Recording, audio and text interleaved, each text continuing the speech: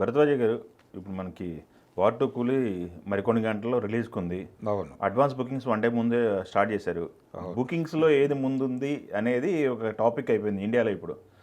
ఎందుకంటే ఇద్దరు రెండు పెద్ద సినిమాలు సూపర్ స్టార్స్ ఉన్నారు కాబట్టి. అవును. అంటే కూలీ కంటే కూడా వార్ టూ ఎడ్జ్ ఉంటుంది అనేది మొదటి నుంచి వినిపిస్తున్న మాటే. ఈ ఎడ్జ్ ఉంటుంది అనే దాన్ని ఇప్పుడు రజనీకాంత్ సూపర్ స్టార్ డమ్ము, దానికి పోటీగా అంటే రజనీకాంత్ ఇమేజ్ ఏ రేంజ్లో ఉందో దాన్ని మించి ఈ సినిమాకి డైరెక్టర్ కష్టం కనిపిస్తోంది. ఓకే. లోకేష్ కనకరాజ్ మానియా కూడా తోడైంది అనే ప్రచారం ఒకటి జరుగుతోంది. తను కూడా భుజానేసుకున్న సినిమాని అంటే పబ్లిసిటీని కూడా డైరెక్ట్ చేశాడు ఆయన. ఈ కష్టం కూడా ప్రపంచం గుర్తించింది. అది కనిపిస్తోంది అడ్వాన్స్ బుకింగ్లో. తమిళనాడులో విపరీతంగా ఉంది, దానికే ఎక్కువ ఉంది, కూలీకే ఉంది. అవును. కానీ రేట్లు పెరగలేదు అక్కడ, మామూలు రేట్ల మీద నడుస్తోంది. ఓకే. అలాగే మిగిలిన ప్రాంతాలు ఎక్కడా అంత లేదు. కాకపోతే హిందీ బెల్ట్లో వార్ టూకి ఎక్కువ కనిపిస్తోంది, అక్కడ కనిపిస్తోంది. తర్వాత తెలుగు రాష్ట్రాలకు వచ్చేసరికి ఇక్కడ ఈ పెరిగిన ప్రైస్ వలన కొంత అడ్వాంటేజ్ వస్తుంది వార్ టూకి కూడా. కూలీకి వస్తుంది, వార్ టూకి కూడా. వార్ టూ థియేటర్స్ కూడా ఎక్కువ ఉన్నట్టున్నాయి. థియేటర్స్ ఎక్కువ ఇచ్చారు. దానికి ఎడ్జ్ వచ్చేలాగా ఉంది ఇక్కడ పరిస్థితి. అలాగే కర్ణాటకలో కూడా వార్ టూకి ఫేవర్గానే ఉంది వాతావరణం. అయితే తగ్గలేదు కూలీ ఎక్కడ, తగ్గలేదు. పోటీ ఇచ్చింది కానీ ఎడ్జ్ వార్ టూ మీద నడుస్తోంది అన్ని చోట్ల. ఇది ఉన్న కండిషన్. అంటే 100 కోట్లు దాటుతారా లేదా అనేది మొదటి రోజు ఈజీ ఓపెనింగ్స్ అనేది అనుకున్నారు, కానీ అది దాటి వెళ్ళిపోయింది. 100 కోట్లు కొట్టేసే దాటి వెళ్ళిపోతున్నాయి. ఓవర్సీస్ ఉంది, మళ్ళీ ఓవర్సీస్ గట్టిగా స్ట్రాంగ్ నడుస్తున్నాయి. ఓవర్సీస్ స్ట్రాంగ్ ఉంది. ఇక్కడ అడ్వాన్స్ అంటే ప్రీమియర్స్ లేకపోవడం అనేది ఒక ఇబ్బంది. ప్రీమియర్స్ కనుక ఉంటే ఇంకా ఏ రేంజ్లో ఉండేదో అనేది. ప్రీమియర్స్ ఉంటే నిజానికి అడ్వాంటేజ్ ఉండేది డెఫినెట్గా రెండు సినిమాలకి. కానీ ఏ కారణం చేత వీళ్ళు ప్రీమియర్స్కి వెళ్ళదలుచుకోలేదు. అంటే స్ట్రాంగ్ సినిమా మీద ఉన్నటువంటి ఒక స్ట్రాంగ్ ఒపీనియన్ను, ఇది డెఫినెట్గా రన్ విపరీతంగా ఉంటుంది అనే నమ్మకం రెండు ప్రాజెక్టుల మీద రెండు టీములకి ఉంది. అవును. అందుకని వీళ్ళు ప్రీమియర్స్ జోలికి వెళ్ళలేదు. అవును. అసలు ఎన్టీఆర్ మొన్న ప్రీ రిలీజ్ ఈవెంట్లో కాలర్ ఎగలేసి లేదు, ఒకవైపు కాలర్ ఎత్తుతాను నేను, ఈసారి రెండు వైపులా ఎత్తుతున్నాను అన్నాడు. ఈ రెండు వైపులా ఎత్తటం అనేది నిజానికి అడ్వాంటేజ్. ఎందుకంటే హృతిక్ రోషన్, ఎన్టీఆర్ ఆ కలయికని తెర మీద చూడాలి అనేది ఒక క్యూరియాసిటీ. అంతేలే, సినిమా ఎలా ఉన్నా టాక్తో సంబంధం లేకుండా వెళ్తారు. అంతే. వాళ్ళిద్దరిని వాళ్ళ స్క్రీన్ ప్రజెన్స్ ఎలా ఉండబోతోంది, వాళ్ళిద్దరి మధ్య కెమిస్ట్రీ ఎలా ఉండబోతోంది అనేది ఎక్కువ క్యూరియస్గా మారింది. ఇక్కడ నాగార్జున, రజనీకాంత్, నాగార్జున అంటే భిన్నమైనటువంటి పాత్రలో కనిపిస్తున్నాడు. చెప్పేశారు నెగిటివ్ క్యారెక్టర్, నెగిటివ్ షేడ్ అని చెప్పేశారు. నెగిటివ్ షేడ్ అని చెప్పాడు. నా దగ్గరికి విలన్ చేయమనే వచ్చాడు డైరెక్టర్ అని చెప్పాడు ఆయన. అవును. కాబట్టి అది ఎలా ఉంటుంది అనేది ఒక క్యూరియాసిటీ ఉంది అక్కడ. ఉంది, నిజమే. అవును. ఇప్పుడు ఈ సినిమా చూసిన ప్రేక్షకులు ఇమ్మీడియట్గా ఆ సినిమాకి వెళ్తారు. ఆ సినిమా చూసిన ఆడియన్స్ డెఫినెట్గా దీనికి వచ్చేస్తారు. ఎవరికి కూడా అంటే ఇది ఒక విచిత్రమైన పరిస్థితి.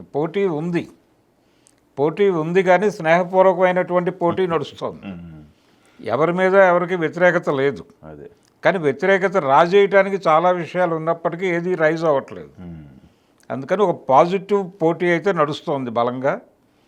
ఆడియన్స్ అంటే ఇది ఒక నిజంగా రేపు రాబోయేటువంటి భవిష్యత్తులో రేపు నెక్స్ట్ మంత్ మళ్ళీ ఇంకో పోటీ ఉంది.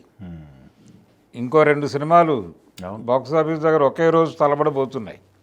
ఆ 2 సినిమాల అభిమానులకి ఇది నిజంగానే ఒక ఇదిలా ఉంటుంది, ఒక లెసన్ లాగా ఉంది. ఇది ఈ పాజిటివ్ వాతావరణంలో 2 సినిమాలు విపరీతంగా టికెట్లు బుక్ అవ్వటం అంటే చాలా చోట్ల ఈ డిస్కషన్ కూడా కనిపిస్తోంది. అంటే ఒకళ్ళు దీనికి ఒకళ్ళు దానికి షేర్ చేసుకుని అటు వాళ్ళు ఇటు వాళ్ళు అటు ట్రాన్స్ఫర్ అవుతున్నారు అనే వాతావరణం అయితే కనిపిస్తోంది. అంటే దానికి బుక్ చేసుకున్న వాళ్ళే ఇంకో షోకి దీనికి వస్తున్నారు, దీనికి బుక్ చేసుకున్న వాళ్ళు దానికి వెళ్తున్నారు. అవును. ఈ క్యూరియాసిటీ ఉండటం వలన ఈ రేంజ్ బుకింగ్ కనిపిస్తోంది 2 సినిమాలకి. స్క్రీన్స్ ఎక్కువ ఉండటం అనేది కొంత అడ్వాంటేజ్ కావచ్చు కొన్ని ఏరియాల్లో. హిందీ బెల్ట్లో వార్ టూకి కొంత ఎడ్జ్ ఉంది. కారణం కేవలం ఎన్టీఆర్ మాత్రమే కాదు, హృతిక్ రోషన్ ఉండటం. ఉన్నాడు.